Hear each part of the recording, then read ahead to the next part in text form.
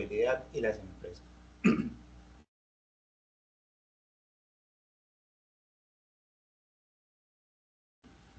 La contabilidad en las empresas, en cualquier empresa grande o pequeña, de cualquier tipo, se encuentran tres factores necesarios para que pueda realizar una actividad.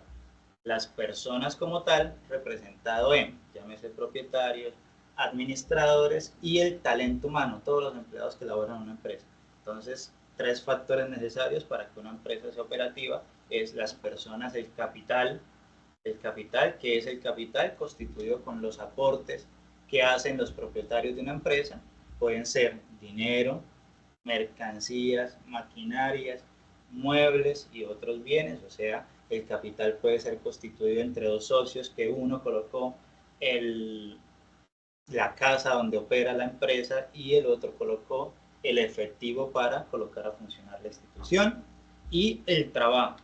Como finalidad trabajo, el trabajo es la actividad que realizan las personas para lograr el objetivo de la empresa, el cual puede ser dividido entre la producción de bienes, la compra y venta de mercancías o la prestación de un servicio. Quiere decir que normalmente nosotros escuchamos que existen tipos de actividades. Dentro de esos tipos de actividades pues están conglomeradas en tres bases, que son el que produce, el que transforma la materia prima y la produce en un bien, el que compra y venta, que es lo que nosotros conocemos como el comerciante, y el que presta un servicio. ¿Qué personas generalmente prestan el servicio? Ejemplo, los contadores públicos, el administrador que está contratado por prestación de un servicio porque se le encargó gerenciar y tomar la representación legal de una institución, entre otros. ¿Cómo se clasifican las empresas? Hay un sinfín de tipos de clasificaciones, generalmente según su actividad. Puede ser empresas mineras, que son las empresas cuyo objetivo es la explotación de los recursos que se encuentran en el subsuelo. Ejemplo de estas empresas de petróleo, Ecopetrol, auríferas, de piedras preciosas y de otros minerales. Ahí está todo el tema del carbón, entre otras situaciones. Empresas industriales. Las empresas industriales son las que transforman, son las empresas dedicadas a transformar esa materia prima, o sea, lo que nosotros obtenemos, en productos terminados o semielaborados.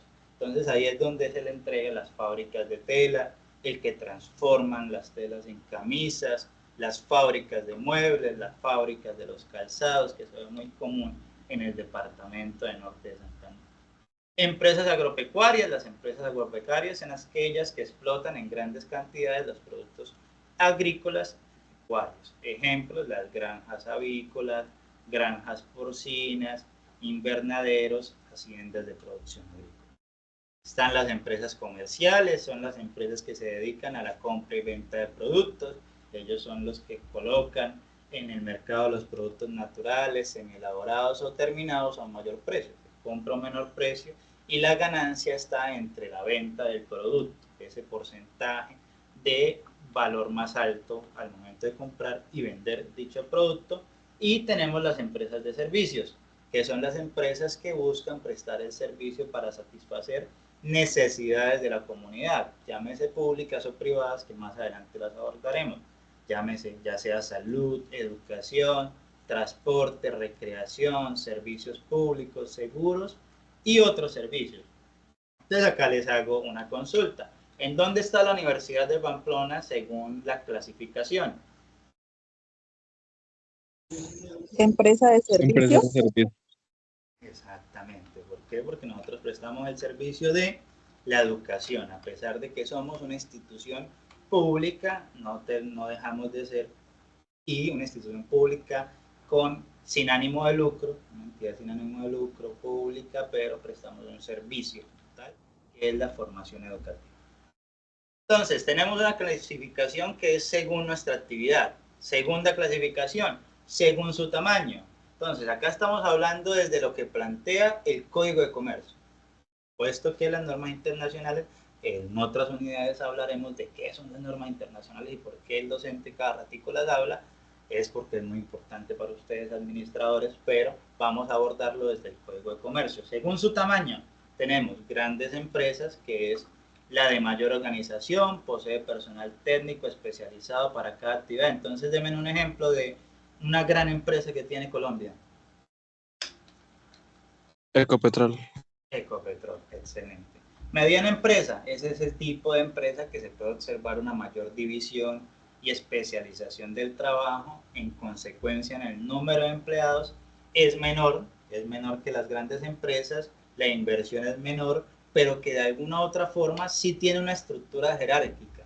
Puede ser ejemplo acá en Cúcuta, norte de Santander, una empresa, mediana empresa, organizaciones BLES, que son los productores de Zara, los que ven en Alventura, de los jeans.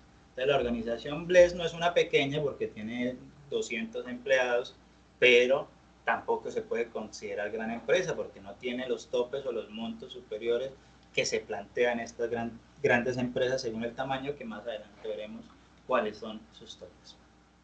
Y pequeñas empresas es aquella que manejan escaso capital y pocos empleados. Entonces, las normas internacionales, ¿cómo las dividió? Grandes empresas, pymes, pequeñas y medianas empresas, y aparte de esto, tiene unas normas internacionales que dicen, bueno, aparte de pequeñas empresas, también están las microempresas, que son las de la tienda, las del vecino que tiene 1 a 10 empleados. Estas no se podrían considerar pequeñas empresas, sino micro, que ya es la tienda, que el vecino que colocó una venta de productos y tiene 2 trabajadores, dos personas de talento humano. Entonces, pues ellos decidieron dividirlos de esa manera, pero según el tamaño, según el Código de Comercio, tenemos grandes empresas, medianas empresas y pequeñas empresas. Según la procedencia del capital, tenemos empresas privadas, que son las empresas que para su constitución y funcionamiento necesitan aportes de personas particulares, llámese empresas o personas naturales, personas jurídicas o personas naturales. Ejemplo, un centro educativo privado, un supermercado constituido por propiedad de una familia como tal.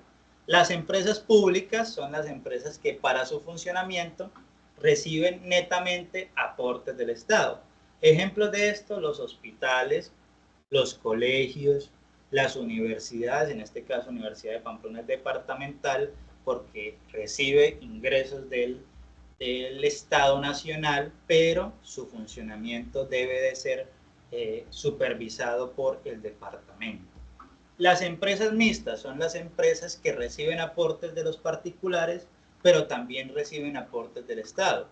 Una universidad semioficial, que ya hoy por hoy en Colombia tenemos universidades oficiales o privadas o no oficiales, pero no tenemos universidades semioficiales, que en su tiempo la gente decía que la universidad era semioficial, pero nunca lo fue, siempre fue pública. Empresas mixtas como estas pueden considerarse instituciones que reciben aportes por acciones de un 40% de empresas privadas y que el restante sigue siendo pública, o viceversa, el 40% es del Estado y el 60% es de empresas privadas o de personas naturales que invirtieron en eso.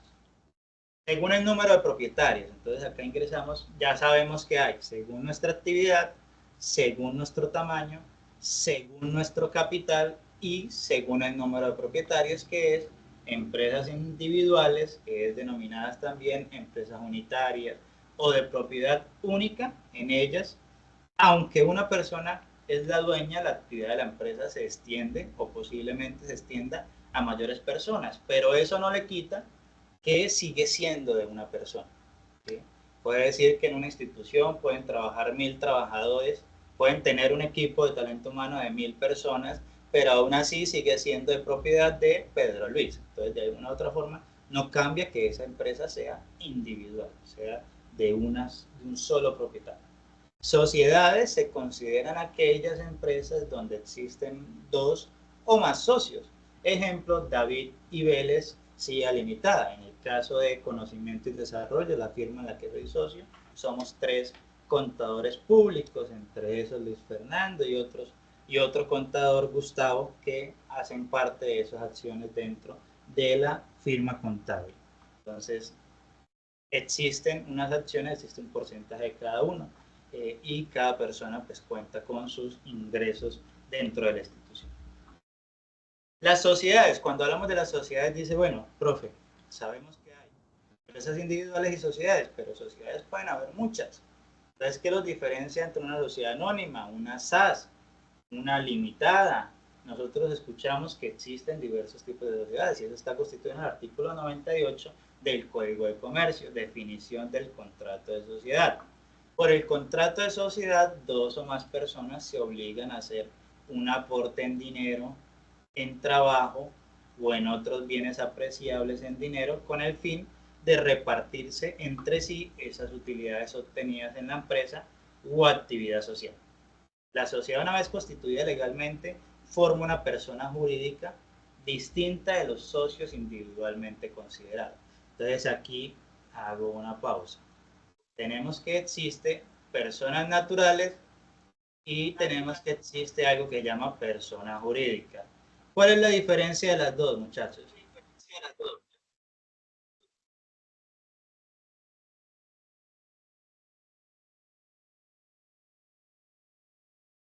Los dejé en silencio.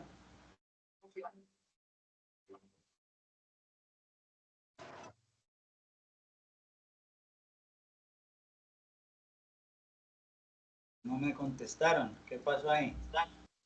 Personas naturales serían los socios que integran esa sociedad y la persona jurídica sería la sociedad constituida. Exactamente. Pues, persona jurídica se considera la sociedad, quiere decir la empresa. ¿Sí? Las personas naturales, cuando hablamos de personas naturales, somos usted y yo. Entonces, cuando ustedes escuchen de aquí en adelante, no en mi semestre, puede ser que más adelante, cuando estén más avanzados en análisis financiero, ustedes ven, ustedes van a escuchar que, bueno, habían dos personas naturales, entonces ustedes ya saben, dos personas que se asociaron para generar una persona jurídica. Entonces, bueno, constituyeron una empresa. Entonces, desde ahí ustedes tienen la claridad de que una persona jurídica, estamos hablando de una institución, de una empresa. Entonces, desde ahí comenzamos a hablar.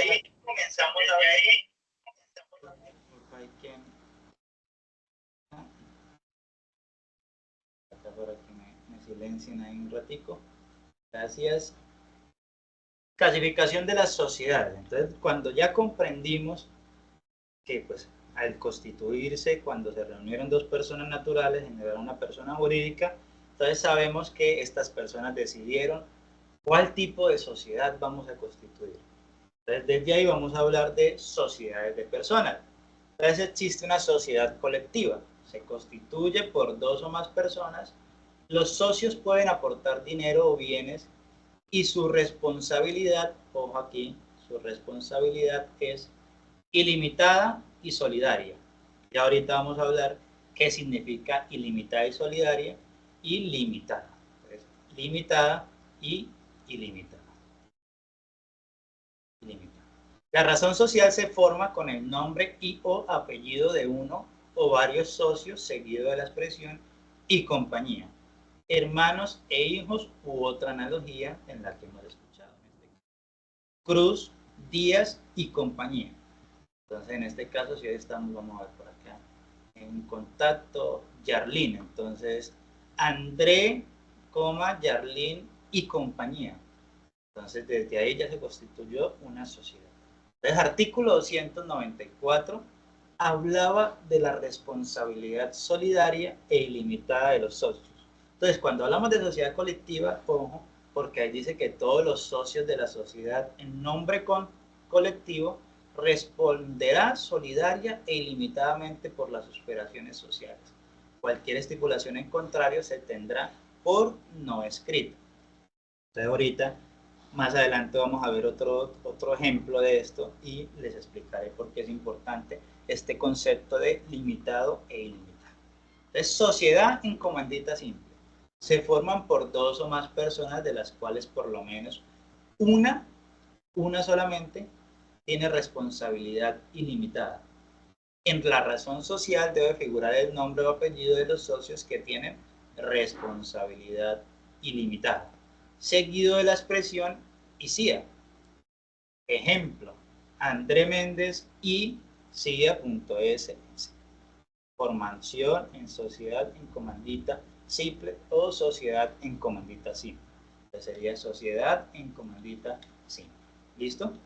Formación en el artículo 323 del Código de Comercio. ¿Por qué colocamos los artículos? Para que ustedes sepan que en el Código de Comercio está estructurado todo lo que yo les estoy enseñando el día de hoy, ¿sí? Formación de la sociedad en comandita. La sociedad en comandita se formará siempre entre uno o más socios que comprometen solidaria y limitadamente su responsabilidad por las operaciones sociales y otros o varios socios que limitan la responsabilidad a sus respectivos aportes. Los primeros se denominarán socios gestores o colectivos y los segundos socios comanditarios. Entonces, ahora sí vamos a hablar sobre limitada e ilimitadamente. Entonces, ustedes más o menos, ¿qué comprenden cuando hablamos de que nosotros respondemos ilimitadamente o limitadamente sobre las acciones o sobre la institución? ¿Qué podemos comprender de eso?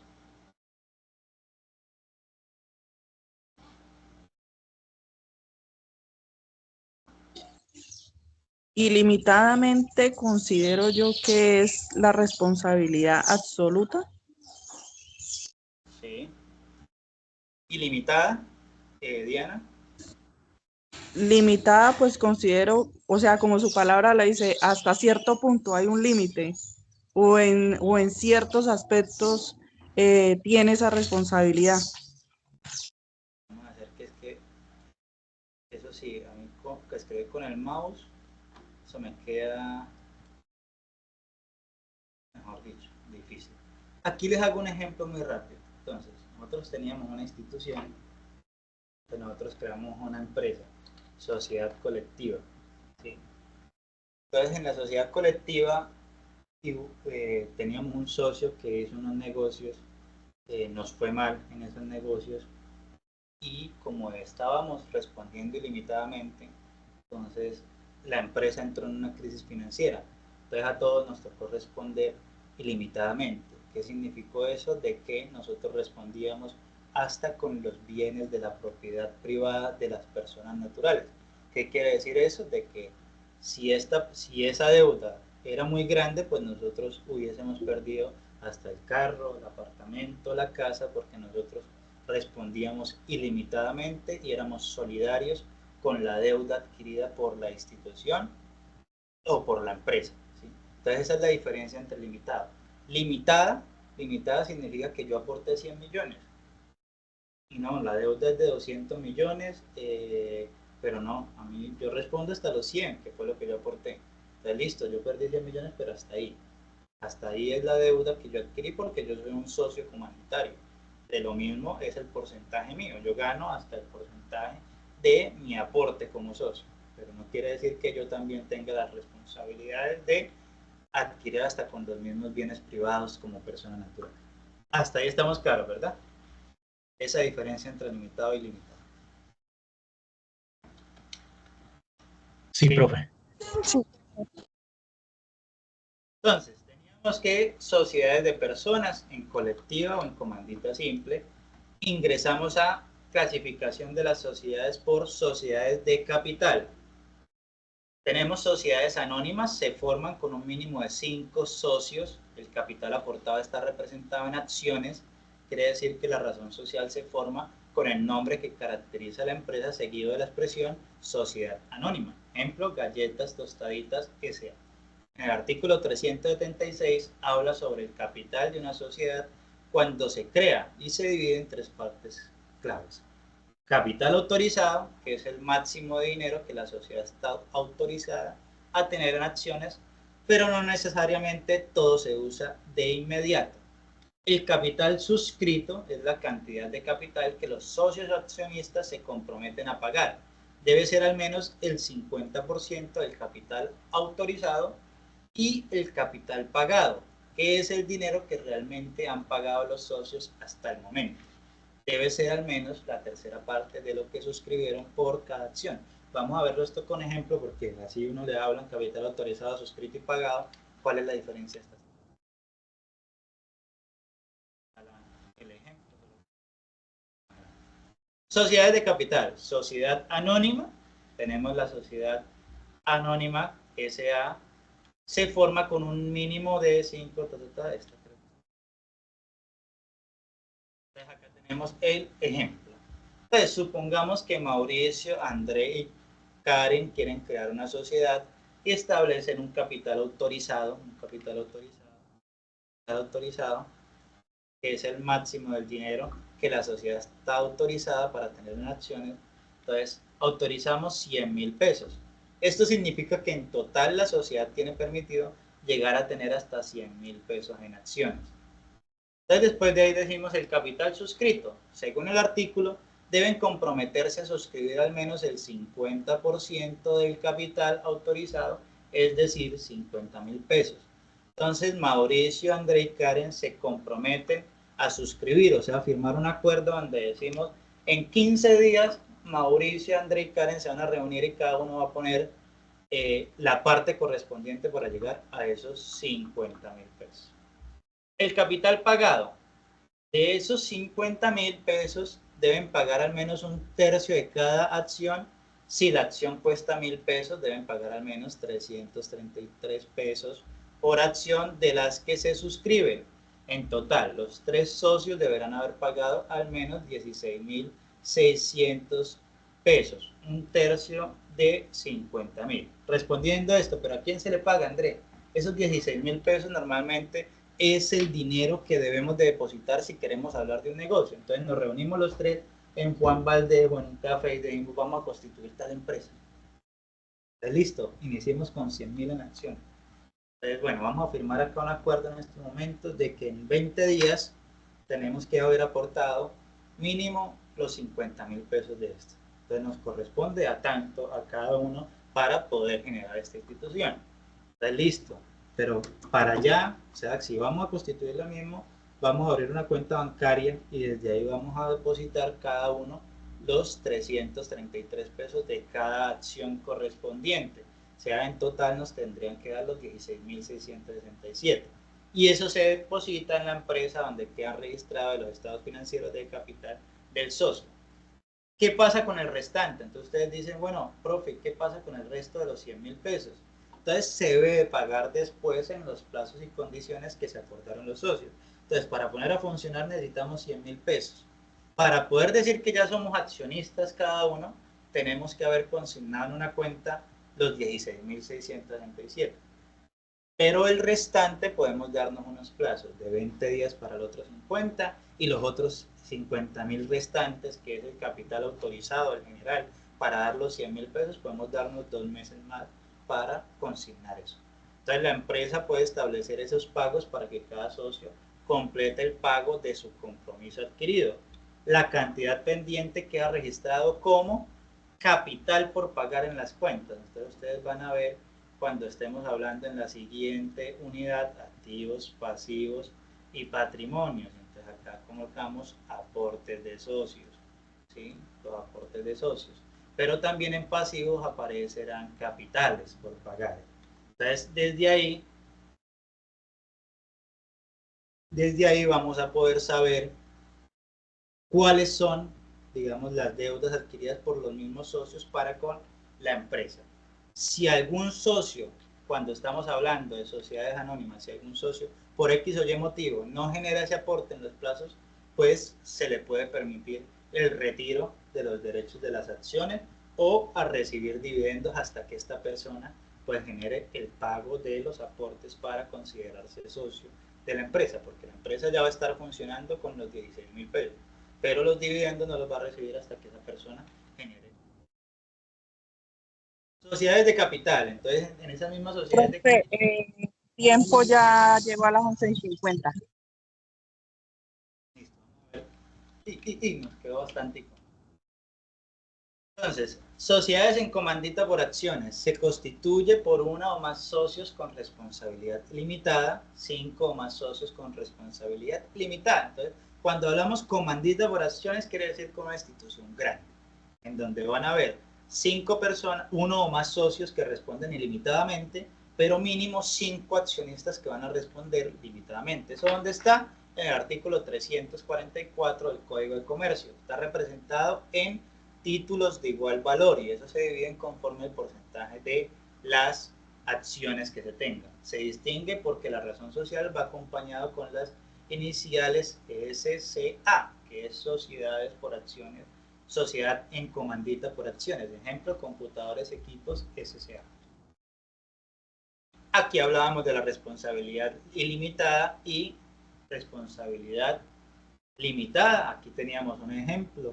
Lo ilimitada es si tienen problemas y debe 100 millones y la empresa no tiene el dinero para pagar, los socios con responsabilidad limitada deben pagar con su propio dinero, aunque eso signifique que deben vender sus bienes personales. Nosotros tenemos el caso de uno de los empresarios que asesoramos, que tenía aproximadamente unas 20 camionetas, y cuando entró la crisis, porque eran accionistas, tenían un convenio con Ecopetrol, entra una crisis, la deuda se genera y esa deuda debe asumirla dicho propietario, en donde debió vender casi que los apartamentos que tenía, las camionetas, todo, en responsabilidad del acuerdo incumplido con la institución y con la empresa.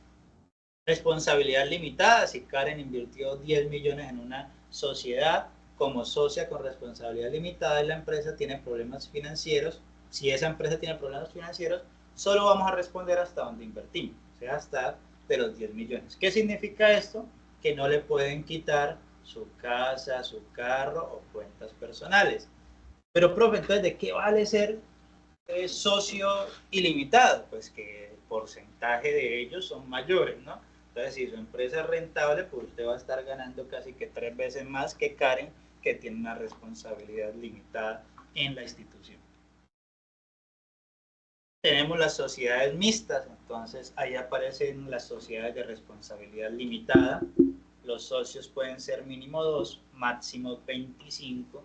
El capital está dividido en cuotas de igual valor. La razón social está seguida de la palabra limitada o de su abreviatura LTDA. Artículo 357 del Código de Comercio. Entonces, almacena el estudiante limitada. Entonces, y ahí aparece un concepto muy importante que es parte del taller, por eso estaba corriendo hasta acá, que es una sociedad sin ánimo de lucro. Estas son las sociedades o las entidades que persiguen exclusivamente fines sociales, culturales, deportivos y de servicios sin ánimo de lucro. Ejemplo, el Club El Remanso, Fondo de Empleados, cooperativas, instituciones de educación superior, el Consejo Nacional, que es una agremiación. Esas son consideradas sin ánimo de lucro. Más adelante vamos a hablar qué pasa con las utilidades en esas sociedades sin ánimo de lucro. Pero estas utilidades nunca pueden ser dispersas entre los socios. Estas sociedades sin ánimo de lucro, sus utilidades deben de ser reinvertidas en la institución. La sociedad, ¿cómo se constituye una sociedad? Se constituye por una escritura pública en la cual se expresa el nombre y domicilio de las personas que intervengan como otorgantes. Con el nombre de las personas naturales deberá indicarse su nacionalidad, documento de identificación, con el nombre de las personas jurídicas si existen, porque puede ser 2 socios persona natural y una empresa que va a ser accionista, la ley, decreto de escritura que se derive de su existencia. En el caso, por ejemplo, vamos a constituir una empresa, Michelle, André y Carlos, y se nos suma con el 25% de las acciones como socio persona jurídica el éxito. Entonces, desde ahí se constituye Andrés de la ciudad de Cúcuta con cédula tal, colombiana, Michelle con cédula de identificación, residentes domiciliados en la avenida tal, del barrio tal, de la urbanización tal, del condominio tal, y almacenes éxito SAS, constituida el tal día con tal resolución, y firma el gerente con la resolución de representante legal tal. Entonces, con esa es la que avala de que él hace parte de la representación legal de esa institución y que habla en nombre de Éxitos S.A. Entonces, por eso es que acá hablamos del decreto o escritura o resolución que se derive de la empresa jurídica. La clase o tipo de sociedad que se constituye, entonces en un segundo párrafo, es que intervienen, se decide que se va a constituir esta empresa, pero que la vamos a llamar como accionistas o como limitada. Entonces se va a llamar Sociedad Crecientes Limitada o Sociedad SA. De igual forma, en ese mismo párrafo se dice vamos a estar domiciliados en la dirección tal y se da la apertura así, vamos a tener la posibilidad conforme a la junta directiva de constituir nuevas sucursales. Normalmente las empresas colocan así, de esa manera para que les permita, conforme a los estatutos, crear otras sedes en otras ciudades si es el caso. El objeto social, entonces la Cámara de Comercio nos plantea que debemos de explicar cuáles van a ser los objetivos. Entonces en ese mismo documento, que es un documento que hacen los socios en la misma reunión, ese objeto social, ¿qué vamos a hacer? ¿A qué nos vamos a dedicar? Entonces nos vamos a dedicar a vender y comprar productos, nos vamos a dedicar a producir y transformar la materia prima. ¿Cuál es? O a prestar un servicio como una firma contable, entre otras situaciones.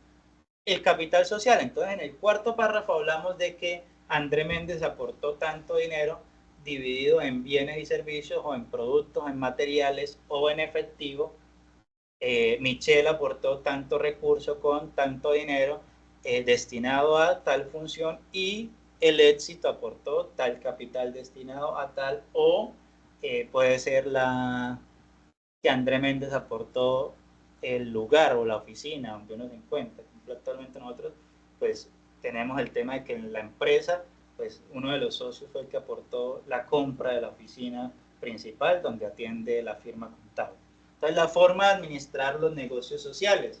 Entonces desde ahí cómo se van a administrar esos negocios o los ingresos que perciba la institución. Entonces en ese mismo estatuto que viene siendo como el estatuto, toda esa constitución, esa escritura, vamos a plantear cuáles son nuestros objetivos, cómo fue constituida de cada porcentaje que le corresponde a cada accionista o cada socio, y de igual forma cómo se van a distribuir las utilidades. Por ejemplo, en algunas instituciones puede plantearse que el 50% de las utilidades se destinarán a la renovación o fortalecimiento de la institución y el restante puede ser destinado ya como utilidades. Por ejemplo, en las entidades sin ánimo de lucro, caso copropiedades, cada condominio, si ustedes viven, por ejemplo, en un condominio cerrado, esas son copropiedades, entidades sin ánimo de lucro, que es una copropiedad.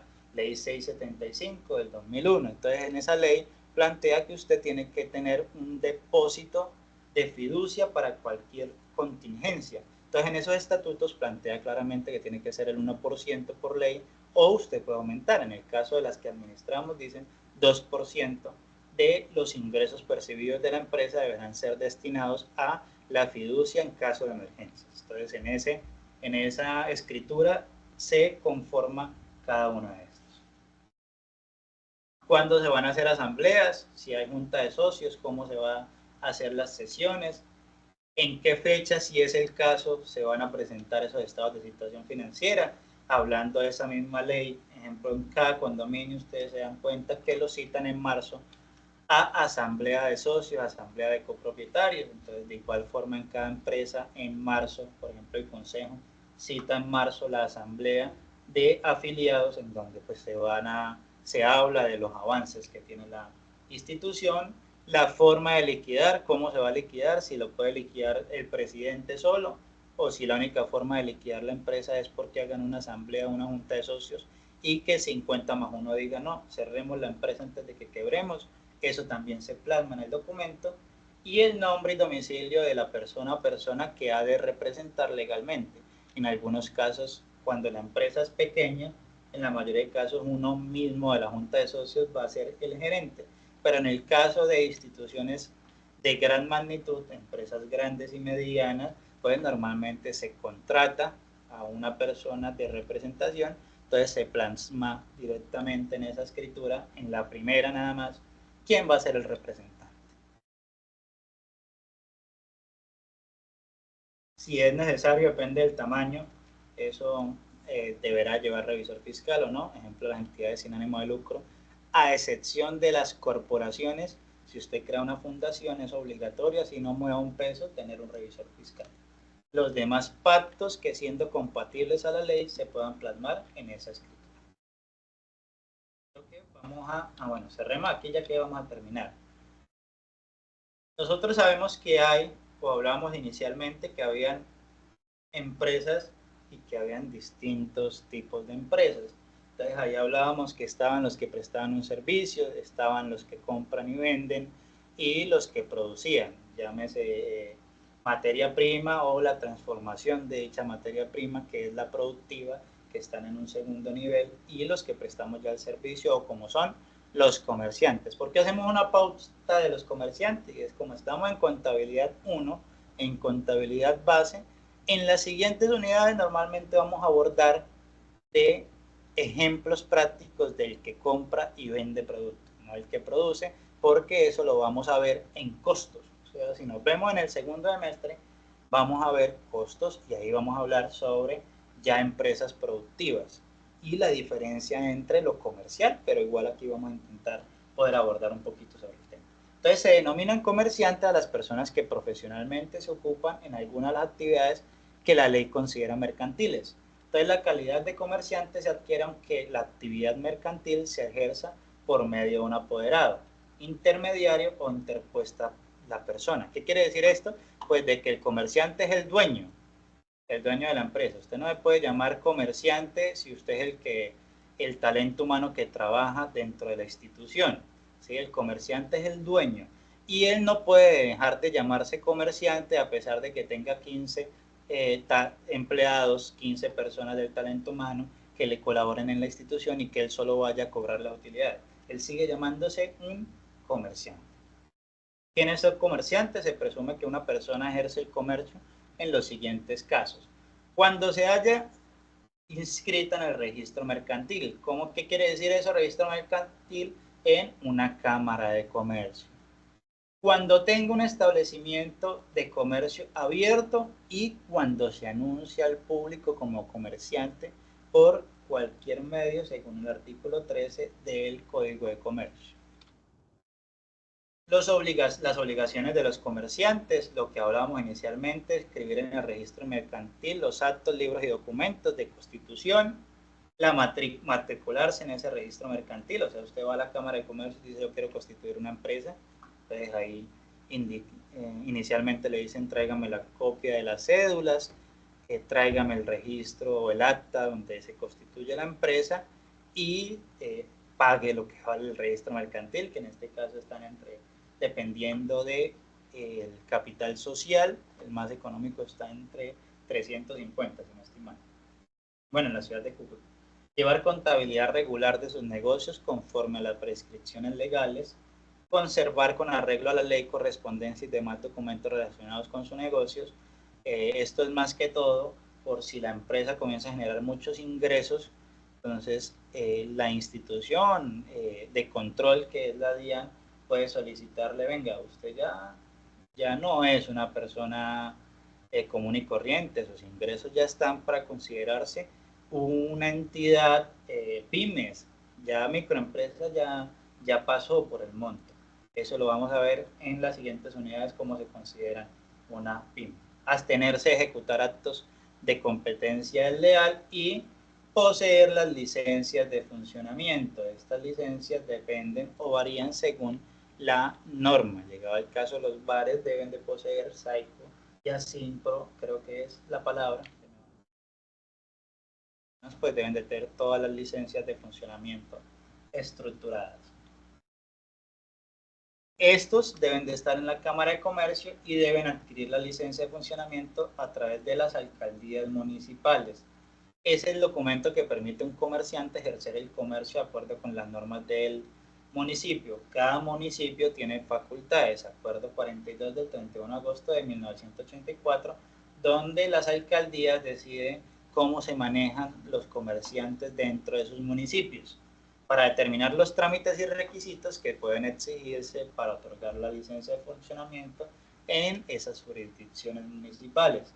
¿Cómo se obtiene esas licencias? Usted lleva el registro de la Cámara de Comercio, ya después de que usted entregó estos documentos, ¿sí? los escribimos, llevamos la contabilidad, presentamos la cédula, el acta de constitución, nos dan un registro mercantil que lo otorga la Cámara de Comercio y desde ahí pagamos algo que se llama estampillas, que es el pasisalvo de la tesorería municipal por industria y comercio, y desde ahí nosotros podemos sacar esa licencia de funcionamiento si va acompañada con la patente de sanidad, que las pide el Servicio de Salud Pública, el certificado de cuerpos de bomberos y certificado expedido por las oficinas de planeación municipal y de obras públicas de acuerdo con la actividad u objeto. ¿Eso por qué lo decimos? Porque hay algunas instituciones que dicen, bueno, yo tengo la casa aquí en mi urbanización, yo puedo poner acá una productora de aceites. Entonces a la semana ya los vecinos le colocan una denuncia pública. ¿Por qué? Porque los olores son tan fuertes que están afectando a las casas colindantes.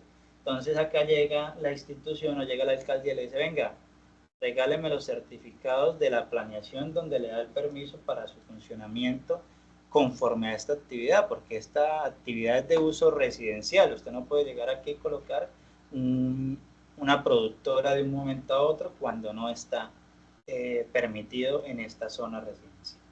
Y el paz y salvo de Saico y Asimple. Entonces, desde ahí nosotros generamos toda la documentación estipulada para solicitar esa licencia de funcionamiento. Con esto, ahora sí, llegamos a nuestro taller. Entonces, el taller, muchachos, nos pasamos unos 7 minuticos. Se los voy a activar en el transcurso del día. Van a tener hasta cuándo, profe? Un día antes del encuentro de la clase siguiente, de la tutoría siguiente. ¿Cómo nos fue hoy, muchachos? Sí tenemos claridad en el tema, sí tenemos claridad en el taller.